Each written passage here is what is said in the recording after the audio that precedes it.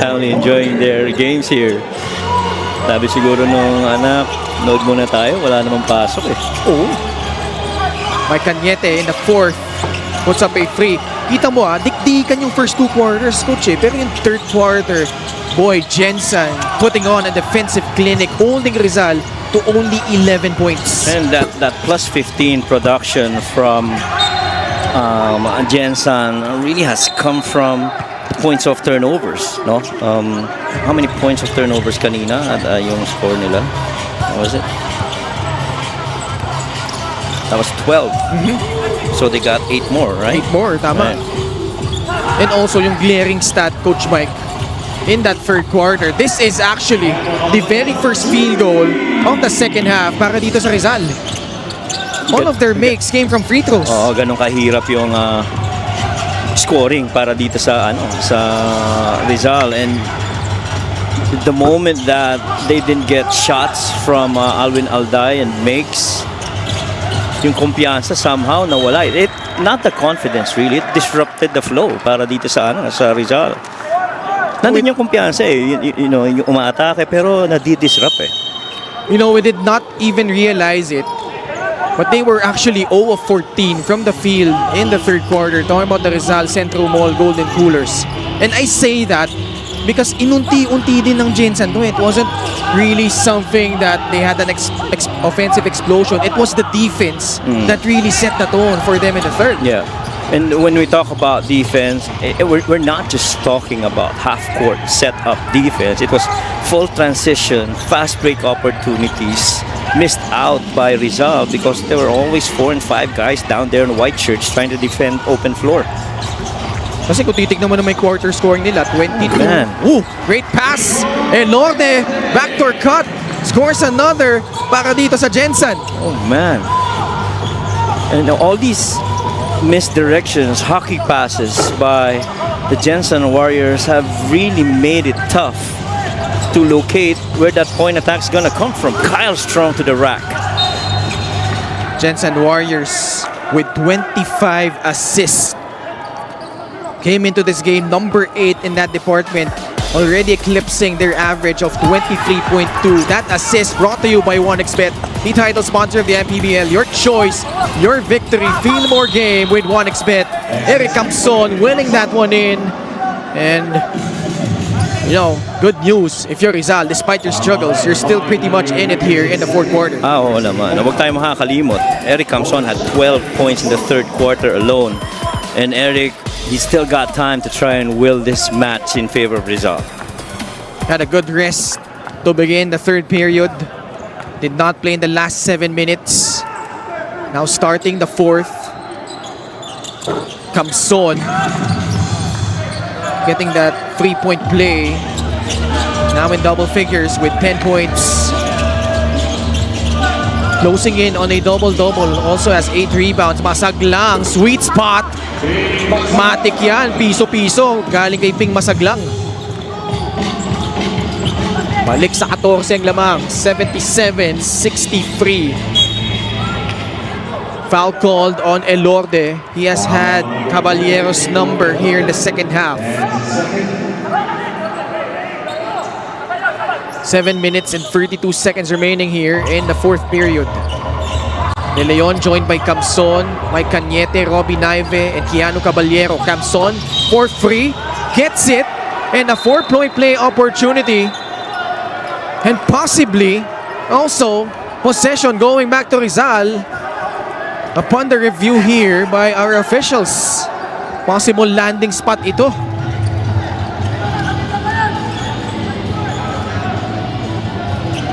How about Eric Camson, Coach Mike? Scored the last 6 points for Rizal. This is off the catch. Wala, nakatayo lang kasi si Larry, and so Eric's not gonna mind that shot. Let go that 3, leave that space for me. Remember, when he played for Terra Firma in the PBA, he was used to this stuff. As he got involved in a lot of Spain action.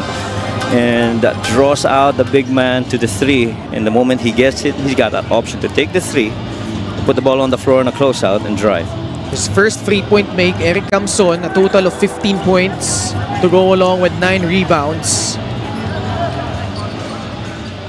And this could be something that could ignite a rally here for the Golden Coolers. Pretty much Gensan has owned the entirety of this contest, especially the third quarter. They were asking, I think they're asking for a travel here. On that shot by Eric Camson. It's an unsportsmanlike foul. 3-point field goal for Eric Camson. Unsportsmanlike foul on number 5, Larry Rodriguez for landing spot. Third foul on Larry Rodriguez. Larry Rodriguez certainly not happy, as well as Coach Elvis. Well, the Gensan Warriors got to be careful because alam naman natin nagiging impact minsan ng game, and we've covered a lot of games where momentum has shifted on an unsportsmanlike foul. So you guys have been doing real good. You gotta keep that composure here, and at the same time, the side of Rizal naman, you gotta stay poised. You're trying to catch up. Potential 6 to 7 point swing for Rizal right here. 4-point play completed by Camson. Down 10. This is going to be an important possession here. Eric Pili also coming in here. Cañete has struggled. Now fell down on the floor, but in comes Camson again. He has scored the last 9 points for Rizal. When you needed field goals and you didn't have Eric Camson inside, you finally got that answer. Field goal after field goal makes from Eric. 9 of his 18 points coming here in this pivotal fourth period. Elorte stops on a dime, can't get it to go. 10th rebound grab by Camson. He now has his 4th double-double. Watch out for Eric. Camson, libreng-libre para sa 3. Yes!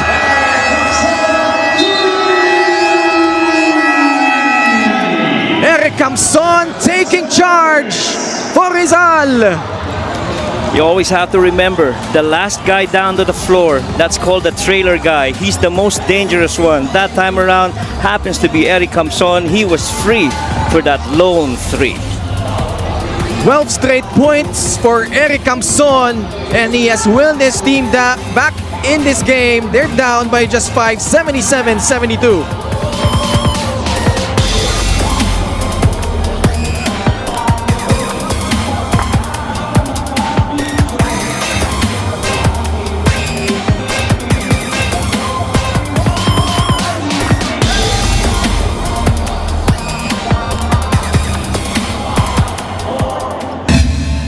Wala nang nag-start ako sa kanila. Unang-una, number 1, mga coaches at the management. Talagang nakitaan ko na talagang maayos, maganda, may sistema ko, no?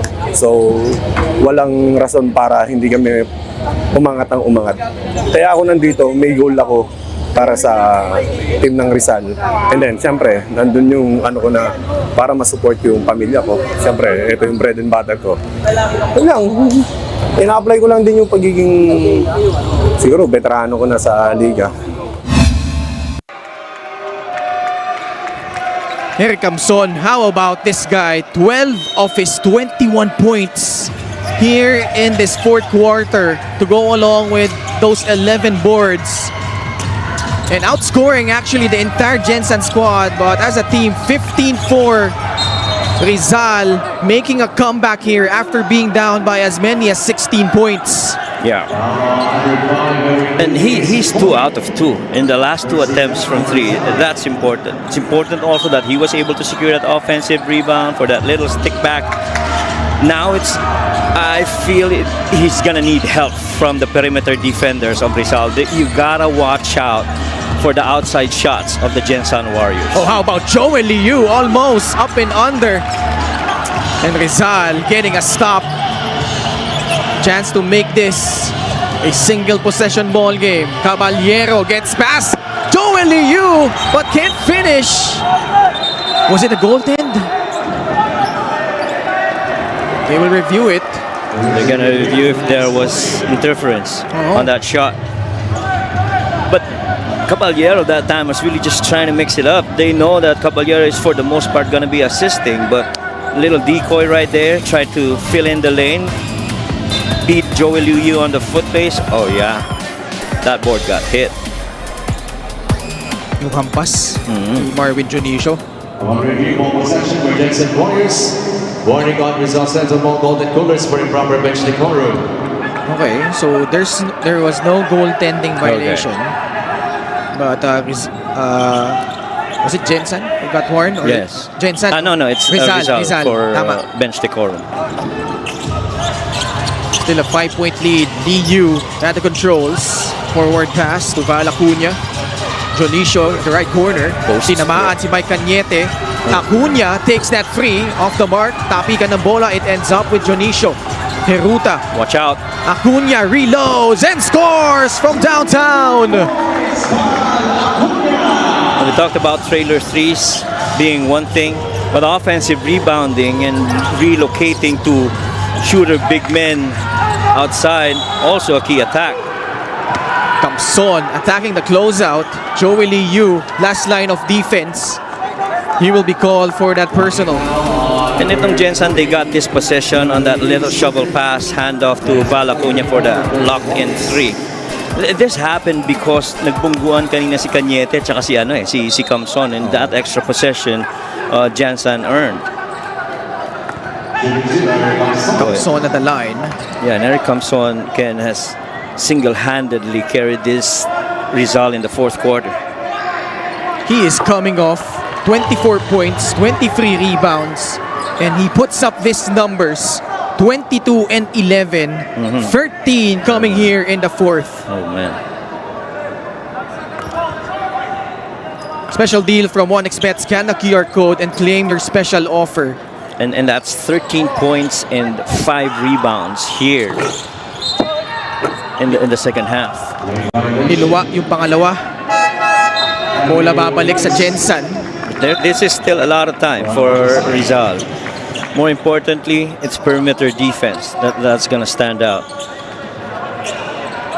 Look at how extended this defense already is for Rizal. They are not allowing a comfortable bring the ball down your front court situation para dito sa Warriors. Camson almost stealing that one. You see that foot speed of Eric Camson, and that's why Rizal got him. He's one of the few big men that's very quick on his feet. And if ever he did catch that would have been a run the other way para dito sa Rizal. Foul itatawag laban kay Mike Cañete. And you expect these calls to happen because sobrang lapit ng proximity ng depensa, and so the probability of contact will happen, and Keanu Caballero getting outplayed there. He fronted, but there was no help on the help side of the floor. You have to have a guy that covers that backside on the front. Lead back up to 9. Caballero. Good catch. Out. Camson over the outstretched arms of Marvin Junicio. Did not matter at all. Camson, 25 points. Good catch by Eric Camson. And then you basically know that he was gonna take it. Junicio, the answer. Can't hit it. Heruta saving it to the wrong guy. Pagkakataon para sa Rizal. Caballero behind the back. Pili drives. Oh, he traveled. Wow, Camson was ready on that weak side corner 3, and Caballero opted for Eric Pili. Well, probably Pili was the least guarded guy at that moment, but you gotta play percentages as well. Your hottest hand is right there, and Eric Camson on that left corner 3. Alvin Altay returns, replacing Eric Pili. 82-76, 4:30 left here in the fourth period. I'm gonna test Eric here on a one-on-one. Rodriguez gives it up to Marvin Junicio. Shot clock at 9. Joey Liu attacks Alvin Altay. Goes tough. right at him. Joey Liu, what a power move! That's tough cover. You allow Joel Liu to receive that ball from the right side of the floor, being left-handed, going left side. How many times has he scored over Alvin in that situation? And one guy who's enjoying that matchup, walang iba kundi si Jay Gars, who's watching. Oh, Caballero! Big time free! This game's not done yet. I don't think it is. Mahaba-haba pa po ito. Under 4 minutes remaining. 5 points the lead. Acuna, same spot, same result. Fifth free for Val Acuna. Oh my. There have been a total of 19 three-pointers made in this game. And totally just impressive. Different guys taking it. Here, little screen, defender goes underneath. Keanu with all the courage to take that shot despite the situation. But this time around, that trust that Val Acuna is going to rise up on that shovel pass and sink that three. And he is the newest member of the Mpbl's 1,000 point club, Val Acuna. And what a way to get it done. His specialty, that leaning three-point shot. And this guy has been there, done that, won a championship for Batangas City back in its inaugural season. But still going strong at age 38, Val Acuna. How about that? And of course, what a milestone for this former UE Red Warrior. And the guy, after ending the first half with a 3 of 4 shooting from 3 points, now has 4 of 9. Or 5 of 9 rather, and he just keeps on going. And he's always ready to shoot from that spot. It's not so much of his shooting mechanics, it's really more of that catch and shoot, form. And the ball is in the air, he catches it with 2 feet, and then he rises up. Both teams right above their average in terms of three-point makes. We mentioned both of them averaging more than 9 threes a contest. Both in the top 10. Gensan in penalty though, as Camson got fouled. He will head to the line and he has a chance to establish a new career high in the Mpbl. Camson at 25 against Batangas City. And now, this is his new career high in the league, 26 points. More importantly, 17 of those coming here in quarter number 4. 4 times already he scored this season with 20 plus points. 20 against Abra, 25 against Bataan, 25 against Batangas, 24 against Bataan, and this one right here. And just the full strength and the capability of he's not doing it on the low block. He's doing it from the outside in this quarter. Malayo pa ito. 6-point lead, 87-81. Approaching the 3-minute mark on the floor. Joey Liu turns the corner, getting past Alwin Alday and scores, plus a foul. How about that for JLY? And the way that you look at it is Joel Liu has been up to the challenge. And the many times that we've seen this, him going down block, foot race against Alwin, and that finish. Left the game brought to you by 1xBet, the title sponsor of the Mpbl. Your choice, your victory.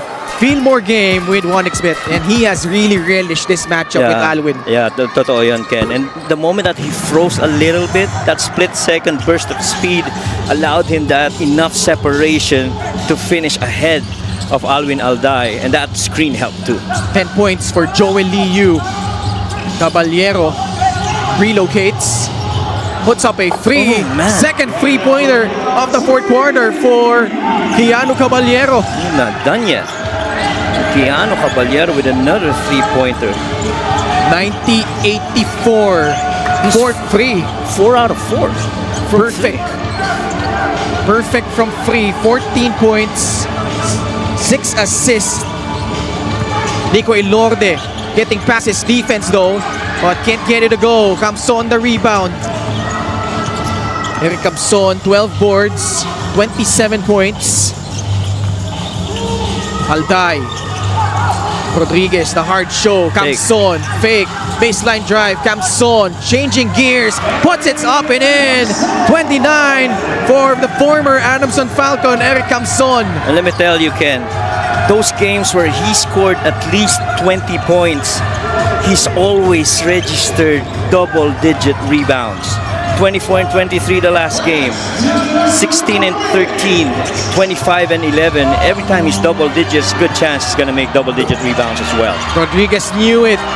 It was a miss as soon as he released it. Alday, free for a free. No! Jonicio can't get it. De Leon forcing it up. Wala pa din. Elorde comes out of the pack and will settle it down for Gensan. They still got time. You got to defend here. If you're Rizal, if you're Gensan, you got to go past that pressure, stay poised, and execute as you've had the entire game long. They're going to go to this mismatch again with Joel Liu. Liu drives right. Acuna, quick release. Yes! Oh, wow.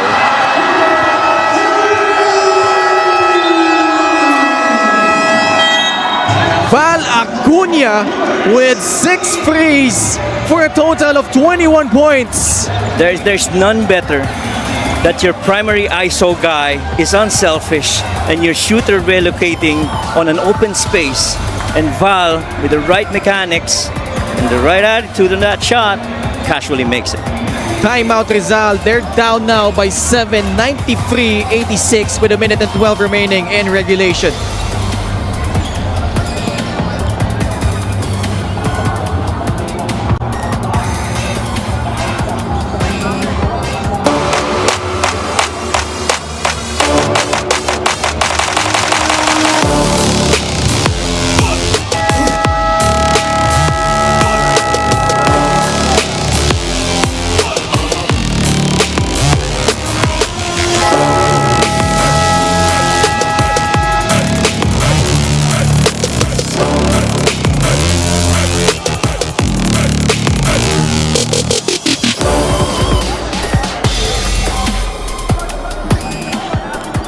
Val Acuna, 21 points, 9 in this quarter. All came from beyond the arc. And he was the one when Rizal was beginning to knock on that door. Yung mga papantay sunog na tres na pinakawalan niya have really stemmed the tide here para dito sa Gensan. Oh, totoo ka dyan. And man, and the way that he took those shots. Diba? Hindi ka dalian, ha? Oo, hindi ka dalian. And really just his teammates finding him too. De Leon, laban kay Kyle Tolentino. Samboy, lost it. That's tough. Yeah, that is tough. Off a timeout, you can't execute. Time not on your side. I think the time is not running. Hindi, sa kabila. Pero dito sa kabila, still have 44 seconds remaining. Gotta be quick here. Down 7. Caballero gets past the defense. First miss from beyond the arc. Cañete claws that rebound. Samboy de Leon with the basket plus a foul. Buhay pang Rizal. Yeah, and then that rebound happened because the white shirts were actually trying to chase for that 50-50 rock. But the pass went straight into the hands of Samboy de Leon, and good recovery right there by Rizal. Now you're down 5. This is still a 2-possession game. You got 33 seconds. Still enough time. De Leon makes that free throw. Gensan will use one of their 2 timeouts remaining here in the fourth. 33 seconds remaining. They have a 4-point lead, 93-89.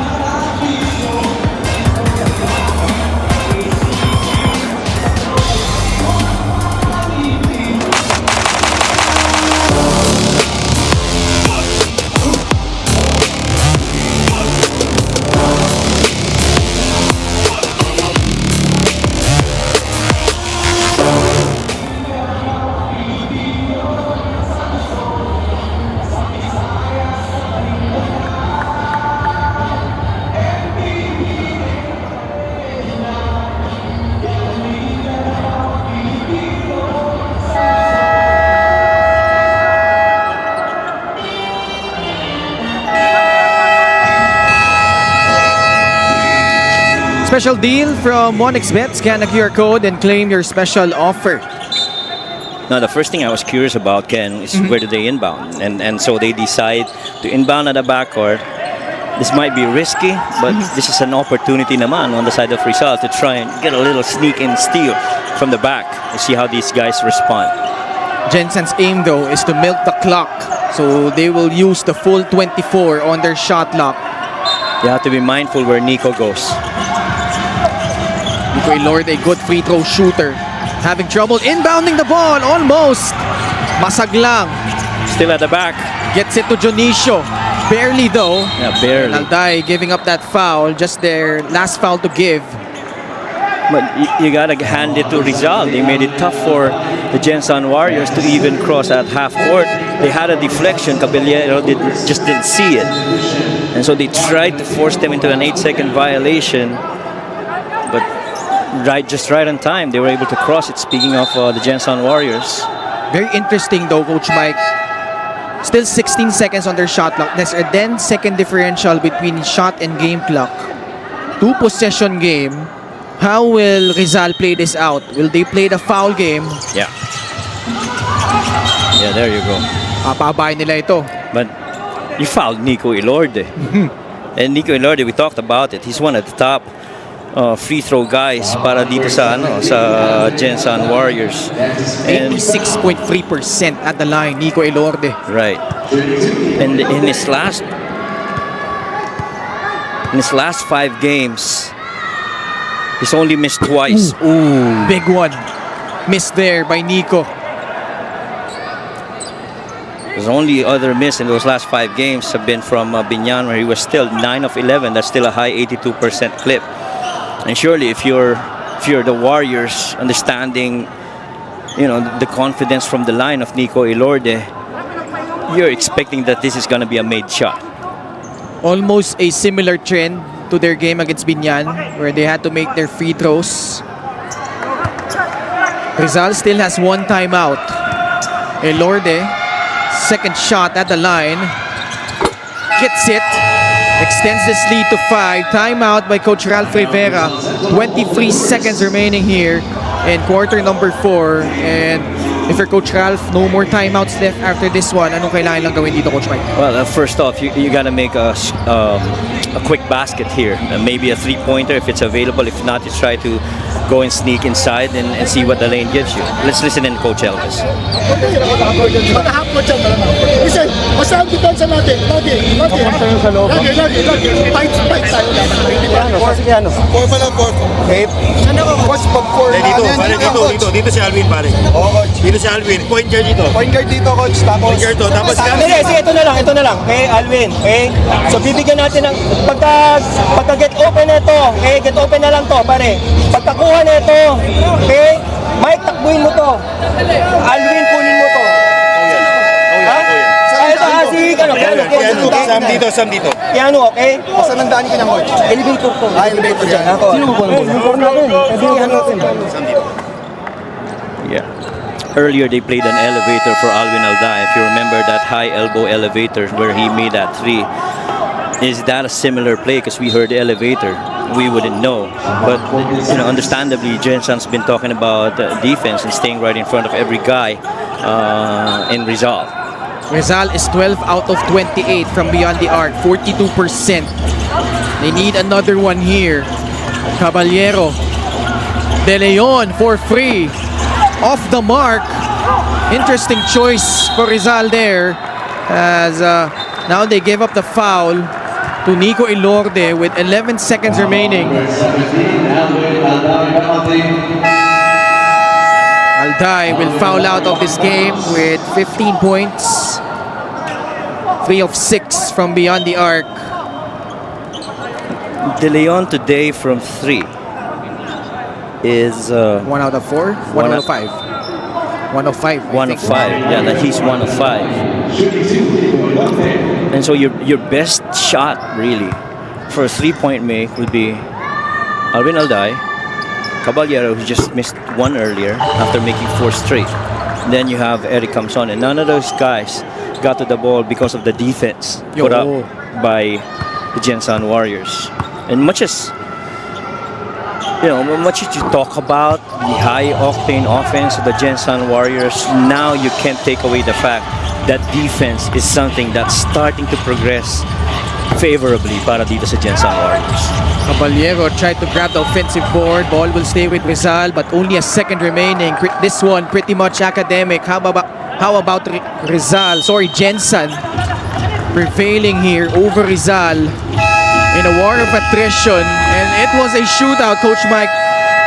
These two teams combined for a total of 22 triples, but in the end, you've mentioned already the defense, the huge difference, especially in that third quarter para dito sa Gensan Warriors, Coach Mike. Yeah, a lot of three-point shooting and a lot of free throws. That's almost 50 free throws given in this game, and in the end, it really boiled down to defense. And Rizal made their own run, tried to come back, but the Gensan Warriors really just started to tighten up on those screws. Best Player of the Game is brought to you by 1xBet, the title sponsor of the Mpbl. Your choice, your victory. Feel more game with 1xBet, the newest member of the Mpbl's 1,000-point club, Val Acuna. And more importantly, this was the backbreaker. That quick release from free catapulted them to this win over Rizal, Coach Mike. Yeah, and I just want to say special mention to Joel Leo. He was sensational in trying to fill that gap when Val Acuna was not making those shots. He was in there to provide those needed points for the Gensan Warriors.